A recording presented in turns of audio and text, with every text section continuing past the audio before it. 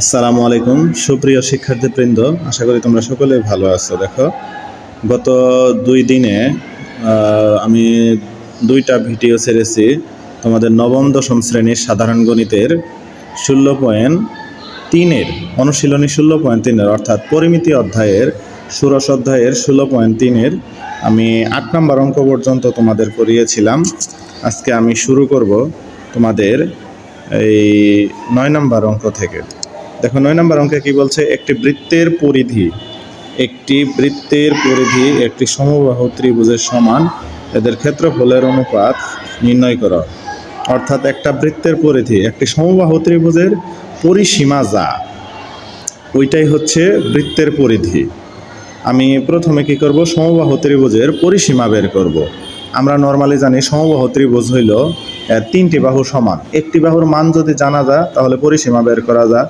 ত্রিভুজের পরিসীমা সমান 3 বাহুর যোগফল, আর এটা হচ্ছে বৃত্তের পরিধির সমান। আমি দেখো অঙ্কটি করছি, এইখানে তোমাদের শুধু বোঝায় দেব। দেখো, সমবাহু ত্রিভুজের, আমি ধরলাম সমবাহু ত্রিভুজের, এখানে তো বাহুর মান দেয়া নাই, আমি ধরে নিছি যে সমবাহু ত্রিভুজের বাহুর দৈর্ঘ্য a সেন্টিমিটার। তাহলে যেহেতু ত্রিভুজ বাহু এখানে 3টা সমবাহু ত্রিভুজের আর প্রত্যেকটা বাহু সমান, সুতরাং সমবাহু ত্রিভুজের পরিসীমা সমান 3টা বাহু আমি যোগ করছি। এই 3টা বাহু আমি যোগ করছি, এ এত সমান 3a সেন্টিমিটার। তাহলে বৃত্তের পরিধি সমান আমরা জানি হচ্ছে 2πr। এখানে প্রশ্নে বলা আছে যে বৃত্তের পরিধি সমবাহু ত্রিভুজের পরিসীমার সমান। তাহলে আমরা ধরে নিব এই যে বৃত্তের যে পরিধি আছে, শর্তমতে পরিধি সমান, এটা কি ত্রিভুজের পরিসীমা 3a। তাহলে 2πr সমান হচ্ছে 3a। উভয় পক্ষকে 2π দ্বারা ভাগ করলাম, এইখানে r এর মান এত পাইলাম, অর্থাৎ ব্যাসার্ধ এত। এটা হচ্ছে ব্যাসার্ধ r সমান 3a/2π, এত একক। ব্যাসার্ধের মান পাইলাম আমি এত। এখন বৃত্তের ক্ষেত্রফল আমরা জানি πr²। এখানে r এর মান বসায় দিলাম, বৃত্তের ব্যাসার্ধ, এটা বর্গ করলাম, বর্গ করে 3 × 9 π²/4π², উপরে নিচে পাই কাটা, সুতরাং নিচে একটা পাই থেকে যায়, 9a²/4π। এটা হচ্ছে বৃত্তের ক্ষেত্রফল। আমি বৃত্তের ক্ষেত্রফল পেয়ে গেলাম। এখন আমি সমবাহু ত্রিভুজের ক্ষেত্রফল বের করব। আমরা জানি সমবাহু ত্রিভুজের ক্ষেত্রফলের সূত্র কি, √3/4 বাহু স্কোয়ার, এত বর্গ একক। যেহেতু ক্ষেত্রফল, বর্গ এককে দিয়ে দিবা। সুতরাং এদের ক্ষেত্রফলের অনুপাত কত? প্রথমে হচ্ছে বৃত্তের ক্ষেত্রফল অনুপাত ত্রিভুজের ক্ষেত্রফল, সমবাহু ত্রিভুজের ক্ষেত্রফলের অনুপাত। এইখানে দেখো, এই পাশে নিচে হরে 4 আছে, এই পাশে হরে 4 আছে, অর্থাৎ উভয় পক্ষকে 4 দ্বারা গুণ করলে 4 চলে যাবে। উভয় পাশে a² আছে, a² দ্বারা ভাগ করলে উভয় পক্ষকে স্কোয়ার চলে যাবে, 9π অনুপাত √3। উভয় পক্ষকে পাই দ্বারা গুণ করলাম, শুধু থাকে 9 অনুপাত √3π। আর এইখানে 3 × 9, 9কে ভাঙাইলে আমি পাবো হচ্ছে 3 × 9, অর্থাৎ এটাকে যদি আমি বিশ্লেষণ করে দেই, 9 সমান হচ্ছে 3√3, এই পাশে আছে √3π, এই পাশে √3 আর এই পাশে √3 কাটা থাকে, এই যে √3 আর পাই থাকে শুধু। এই হচ্ছে ক্ষেত্রফলের অনুপাত, এটাই আনসার। তো 9 নম্বর অঙ্কটি এভাবে হয়ে গেল। দেখো, আমি আবারও ব্যাখ্যা বিশ্লেষণ করছি। আমি প্রথমে সমবাহু ত্রিভুজের বাহুর দৈর্ঘ্য বের করছি, তারপরে এর 3 বাহু যোগ করে আমি পরিসীমা বের করছি। পরিসীমা কত হয়েছে? 3a। তারপর বৃত্তের পরিধি বের করছি, তারপরে পরিধি সমান হচ্ছে বৃত্তের পরিধি সমান সমবাহু ত্রিভুজের পরিসীমা, এইখান থেকে ব্যাসার্ধ r এর মান বের করছি। তারপর r এর মান দিয়ে বৃত্তের ক্ষেত্রফল বের করছি। তারপরে হচ্ছে সমবাহু ত্রিভুজের ক্ষেত্রফল √3/4a²। এইখানে আমি আগের রাশি থেকে এই সমবাহু ত্রিভুজের ক্ষেত্রফল বের করছি। তারপরে বৃত্তের ক্ষেত্রফল আর ত্রিভুজের ক্ষেত্রফলের অনুপাত দিছি। অনুপাত দেওয়ার পরে ক্যালকুলেশন করছি, সর্বশেষ √3 ইন্টু রুট 3√3 ইন্টু পাই, এটা বের হয়েছে। এটাই হচ্ছে অ্যান্সার। দেখো শিক্ষার্থীবৃন্দ, এইবার আমরা 10 নম্বর অঙ্ক শুরু করতে যাচ্ছি। 10 নম্বর অঙ্কে মোট 4টা চিত্র দেওয়া আছে। এখানে কি নির্দেশ করছে, প্রত্যেকটা চিত্রের আলাদা আলাদাভাবে গাঢ় অংশের ক্ষেত্রফল বের করতে বলছে।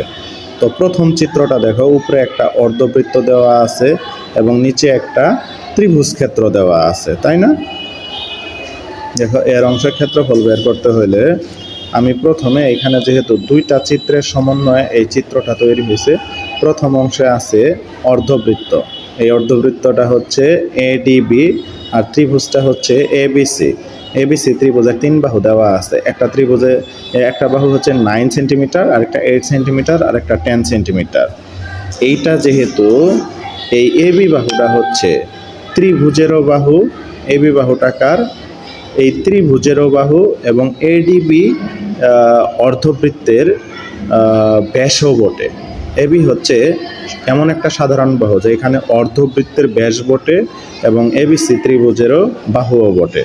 আমরা তাহলে প্রথম অংশ, এই যে এই অংশটা যে আছে, এই অংশটা, এই যে এ বি, এই অংশটা, এটা হচ্ছে একটা অর্ধবৃত্ত। এই অংশের ক্ষেত্রফল বের করব আমি। এই অর্ধবৃত্তের যদি আমি ক্ষেত্রফল বের করতে চাই, এডিবি একটি অর্ধবৃত্ত, এবি এর মান দেওয়া আছে হচ্ছে কত, 9 সেন্টিমিটার। 9 সেন্টিমিটার অর্ধবৃত্তের ব্যাস, এই এবি হচ্ছে অর্ধবৃত্তের ব্যাস। তাহলে একে যদি আমি 2 দ্বারা ভাগ করি তাহলে আমি ব্যাসার্ধ পাবো। কেননা আমরা ব্যাস এবং ব্যাসার্ধের সম্পর্ক থেকে জানি ব্যাস হচ্ছে ব্যাসার্ধের দ্বিগুণ, আর ব্যাসকে যদি তুমি 2 দ্বারা ভাগ করো তাহলে ব্যাসার্ধ পাওয়া যায়। 9কে 2 দ্বারা ভাগ করলাম, 4.5 পাইলাম। এটা হলো অর্ধবৃত্তের কি আমি ব্যাসার্ধ পাইলাম। এবং অর্ধবৃত্তের ক্ষেত্রফল কত, বৃত্তের ক্ষেত্রফল আমরা জানি পাই আর স্কোয়ার, যেহেতু অর্ধবৃত্ত এই জন্য এই 2 দ্বারা ভাগ করে দিয়েছি। তারপরে দেখো পায়ের মান বসিয়েছি এবং আর এর মান বসিয়েছি 2 নিচে। এটা যদি এটা ক্যালকুলেশন করলে আমি কত পাইলাম, এই যে এত পাইলাম। এটা হলো অর্ধবৃত্তের ক্ষেত্রফল। আবার নিচের দিকে যেহেতু ত্রিভুজ আছে, ত্রিভুজটা হচ্ছে বিষম। বিষম ত্রিভুজের ক্ষেত্রফলের সূত্র আমরা জানি যে √s into s minus a s minus b into s minus c। আমি প্রথমে অর্ধ পরিসীমা s বের করছি, বাহুগুলার গড় করছি, বাহুগুলার যোগফলকে 2 দ্বারা ভাগ করছি, এতে করে অর্ধ পরিসীমার মান বের হয়েছে। তারপরে ত্রিভুজ এবিসি, বিষমবাহু ত্রিভুজের ক্ষেত্রফলের সূত্র ফলো করছি, এত বর্গ সেন্টিমিটার, এত এত এত, তারপরে দেখো এত, ক্যালকুলেটরে চাপ দিছি এত। অর্থাৎ সম্পূর্ণ চিত্রটাতে 2টা অংশ আছে। একটা হচ্ছে এবিডি অর্ধবৃত্ত অংশের ক্ষেত্রফল, আর একটা হচ্ছে এবিসি ত্রিভুজ ক্ষেত্রের ক্ষেত্রফল। এই 2টা অংশ যোগ করছি, যোগ করলে সম্পূর্ণ অংশের ক্ষেত্রফল বের হয়েছে। আশা করি তোমরা সকলেই বুঝতে পারছো। দেখো আমি আবারও যদি তোমাদের রিভিউ দিয়ে দিই, এখানে মোট 2টা চিত্র, একটা এডিবি অর্ধবৃত্ত আর একটা ত্রিভুজ এবিসি। আমি এডিবি অর্ধবৃত্তের ক্ষেত্রফল বের করছি প্রথম অংশে, আর দ্বিতীয় অংশে বের করছি এই ত্রিভুজ অংশের ক্ষেত্রফল। 2টা বের করে আলাদাভাবে যোগ করে দিছি। তারপরে দেখো দ্বিতীয় অংশে আছে হচ্ছে এইখানে একটা বর্গ আছে, নিচে একটা অর্ধবৃত্ত আছে। সমস্ত অংশের যদি আমি ক্ষেত্রফল বের করতে চাই তাহলে 2টা অংশের ক্ষেত্রফল আলাদা আলাদাভাবে বের করে যোগ করব। এইখানে প্রথমে বর্গটার ক্ষেত্রফল বের করব। বর্গটা যেহেতু একটা বাহুর মান দেওয়া আছে এবং দেখো এইখানে এই যে একটা দাগ একটা দাগ একটা দাগ একটা দাগ সিঙ্গেল বন্ড, এটা দ্বারা বোঝাচ্ছে হচ্ছে 4টা বাহুই সমান এবং বোঝাই যাচ্ছে একটু যে কোণগুলো সমকোণ। 4 বাহু সমান কোণগুলো সমকোণ হলে তাহলে সেটা বর্গক্ষেত্র হবে। তো প্রথমে আমি বর্গক্ষেত্রের ক্ষেত্রফল বের করব, তারপর অর্ধবৃত্তের ক্ষেত্রফল বের করব। 2টা যোগ করে দিলে তো সমস্ত ক্ষেত্রের ক্ষেত্রফল এসে যাবে। দেখো উপরের চিত্রে যেহেতু একটি অর্ধবৃত্ত আছে, এইখানে মজার বিষয় হলো এইখানে এ বি বর্গক্ষেত্রের এবি বাহুটা হচ্ছে এইবি অর্ধবৃত্তের ব্যাস বটে। এবি বাহুটা হচ্ছে অর্ধবৃত্তের ব্যাস এবং এবিসিডি বর্গের একটি বাহু। এখানে এসি সমান সিডি সমান বিডি এবি সমান 4 সেন্টিমিটার, কারণ বর্গের 4 বাহুই সমান। এইবি বর্গের ব্যাসার্ধ আর সমান হচ্ছে এবি হচ্ছে ব্যাস। ব্যাসকে 2 দ্বারা ভাগ করলে কি পাবো আমরা, ব্যাসার্ধ পাবো। তারপরে দেখো এই যে ব্যাসার্ধ পেয়ে গেলাম। এ বি অর্ধবৃত্তের ক্ষেত্রফল আগের মতো, ক্ষেত্রফলকে 2 দ্বারা ভাগ করব, বৃত্তের ক্ষেত্রফলকে 2 দ্বারা এই জন্য ভাগ করব কারণ এটা অর্ধবৃত্ত। আর এর মান বসায় দিলাম, পায়ের মান বসায় দিলাম, 2 দ্বারা ভাগ করলাম, সর্বশেষ এই যে এত বর্গ একক রেজাল্ট পেয়ে গেলাম। তারপরে দেখো এ বি সি ডি বর্গক্ষেত্রের ক্ষেত্রফল এক বাহুর মান 4, এটা যোগ বর্গ করলে 16 দাঁড়ায়। সবশেষে মোট ক্ষেত্রফল যোগ করে দিলাম, অর্থাৎ অর্ধবৃত্তের অংশের ক্ষেত্রফল এবং বর্গের অংশের ক্ষেত্রফল দুইটা যোগ করলে 22.2832 বর্গ সেন্টিমিটার। অর্থাৎ চিত্রটিতে যেটা দেওয়া আছে এটা 4টা বর্গের অংশের ক্ষেত্রফল আলাদাভাবে বের করেছি এবং অর্ধবৃত্ত অংশের বের করেছি, দুইটা বের করে যোগ করে দিয়েছি। তারপরে হচ্ছে দেখো এই চিত্রটা হচ্ছে গাঢ় অংশেরটা ক্ষেত্রফল বের করতে বলছে। তো আমরা এই অংশের ক্ষেত্রফলে আমরা দেখতে পাচ্ছি যে সমস্ত চিত্রটা এটা একটা দৈর্ঘ্যের দিকে 12 সেন্টিমিটার আর উপরের দিকে প্রস্থের দিকে 10 সেন্টিমিটার। তাহলে এটি একটি আয়তক্ষেত্র, যেহেতু দৈর্ঘ্য এবং প্রস্থ ভিন্নমান এবং কোণগুলো সমকোণ, এটা একটা সমস্তটা হচ্ছে আয়তক্ষেত্র। আর এই সাদা অংশটা হলো এটা একটা অর্ধবৃত্ত। তো গাঢ় অংশের ক্ষেত্রফল যেহেতু চাইছে, তাহলে আমি পুরো আয়তক্ষেত্রের ক্ষেত্রফলটা আগে বের করব, তারপরে অর্ধবৃত্তের ক্ষেত্রফল বাদ দিয়ে দেব, তাহলে গাঢ় অংশের ক্ষেত্রফল বের হবে। আমি ধরে নিলাম এবিসিডি আয়তক্ষেত্র এবং সিইডি একটি অর্ধবৃত্ত। প্রথমে এবিসিডি আয়তক্ষেত্রের ক্ষেত্রফল বের করলাম, দৈর্ঘ্য এবং প্রস্থ গুণন দিলাম, দৈর্ঘ্য এবং প্রস্থ গুণ করলে 120 বর্গ সেন্টিমিটার। আবার সিডিই অর্ধবৃত্তের ব্যাসার্ধ, ওই আয়তক্ষেত্রের প্রস্থ যা ওইটা হচ্ছে অর্ধবৃত্তের ব্যাস, প্রস্থ হচ্ছে 12 সেন্টিমিটার, এই জন্য একে 2 দ্বারা ভাগ করে আমি ব্যাসার্ধ পেয়ে গেলাম। অর্ধবৃত্তের ক্ষেত্রফল, যেহেতু পায়ের ক্ষেত্রফল, বৃত্তের ক্ষেত্রফল হচ্ছে পাই আর স্কোয়ার, একে 2 দ্বারা ভাগ করলে অর্ধবৃত্ত হবে। এইখানে আর এর মান বসায় দিলাম এত, অর্থাৎ গাঢ় অংশের ক্ষেত্রফল সমান সমস্ত আয়তক্ষেত্রের ক্ষেত্রফল হলো 120, এইখান থেকে অর্ধবৃত্তেরটা বাদ দিয়ে দিছি, এত বর্গ সেন্টিমিটার। আশা করি তোমরা ভালোভাবে বুঝতে পেরেছ। তারপরের চিত্রটাতে দেখো একটা বর্গক্ষেত্র দেওয়া আছে, বর্গের ভিতরের দিকে একটা বৃত্ত আছে, গাঢ় অংশের ক্ষেত্রফল চাইছে। তাহলে আমরা কি করব? প্রথমে বর্গক্ষেত্রের ক্ষেত্রফল বের করব, তারপর কি করব, বর্গক্ষেত্রের ক্ষেত্রফল থেকে বৃত্তের ক্ষেত্রফলটা আমি বিয়োগ করে দিয়ে দিব, তাহলে এখানে গাঢ় অংশের ক্ষেত্রফল বের হয়ে যাবে। মনে করলাম যে বর্গটা হইল এবিসিডি এবং ভিতরে অকেন্দ্র বিশিষ্ট বৃত্ত, এইখানে একটা ব্যাস আঁকাইলাম ইএফ। তো এবিসিডি যদি বর্গ হয় আর একটা বাহু যদি 12 সেন্টিমিটার হয়, তাহলে সিডি সমান 12 হইলে আমি বিসি সমান 12 পাবো, এডি সমান 12 পাবো, এবি সমান 12 পাবো এবং ইএফ সমানও 12 পাবো।